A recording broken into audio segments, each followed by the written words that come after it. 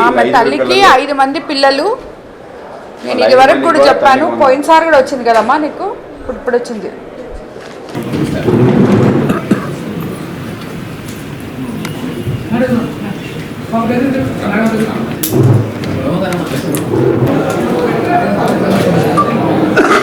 Mega Paytm మన ముఖ్యమంత్రి చంద్రబాబు నాయుడు గారు, యువనేత విద్యాశాఖ మంత్రి నారా లోకేష్ బాబు గారు రంపచోడవరంలో చేయడం జరిగింది. అలాగే రాష్ట్రం మొత్తం అన్ని కాన్స్టిట్యున్సీలో కూడా ఈ మెగా పేటీఎం జరగడం జరిగింది.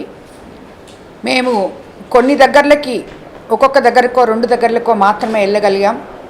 కానీ కొంతమంది ఈ మెగా పేటీఎం చూసి ఒక్కొక్క తల్లికి 4, 5 మందికి, 3 వాళ్ళ అకౌంట్లలో ఈ తల్లికి వందనం జమ అయిందని వాళ్ళ కృతజ్ఞతని ముఖ్యమంత్రి గారికి వ్యక్తపరచడానికి, అదేవిధంగా నాకు తెలుపుకోవడానికి వాళ్ళు ఇక్కడికి రావడం జరిగింది.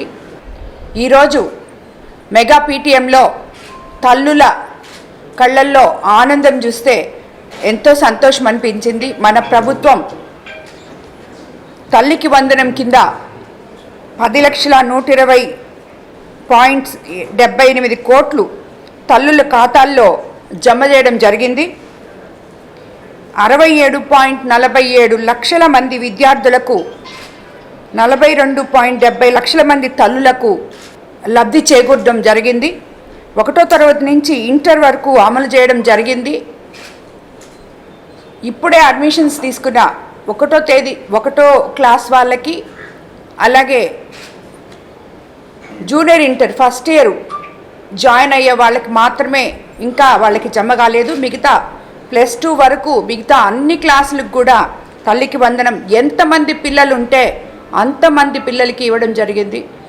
మన ప్రభుత్వం అధికారంలోకి వచ్చిన కొత్తల్లో ఎంతమంది పిల్లలు ఉంటే అంతమంది పిల్లలకి నీకు 15,000 ఇస్తామని చెప్పారు, ఇవ్వలేదు అనే విధంగా మాట్లాడిన వాళ్ళకి ఇది దీటైన జవాబు అని చెప్పి నేను తెలియజేసుకుంటున్నాను. ఎందుకంటే ఈరోజు 4 ఉన్న 5 మంది ఉన్న వాళ్ళ ఖాతాల్లో డబ్బులు జమ చేయడం జరిగింది.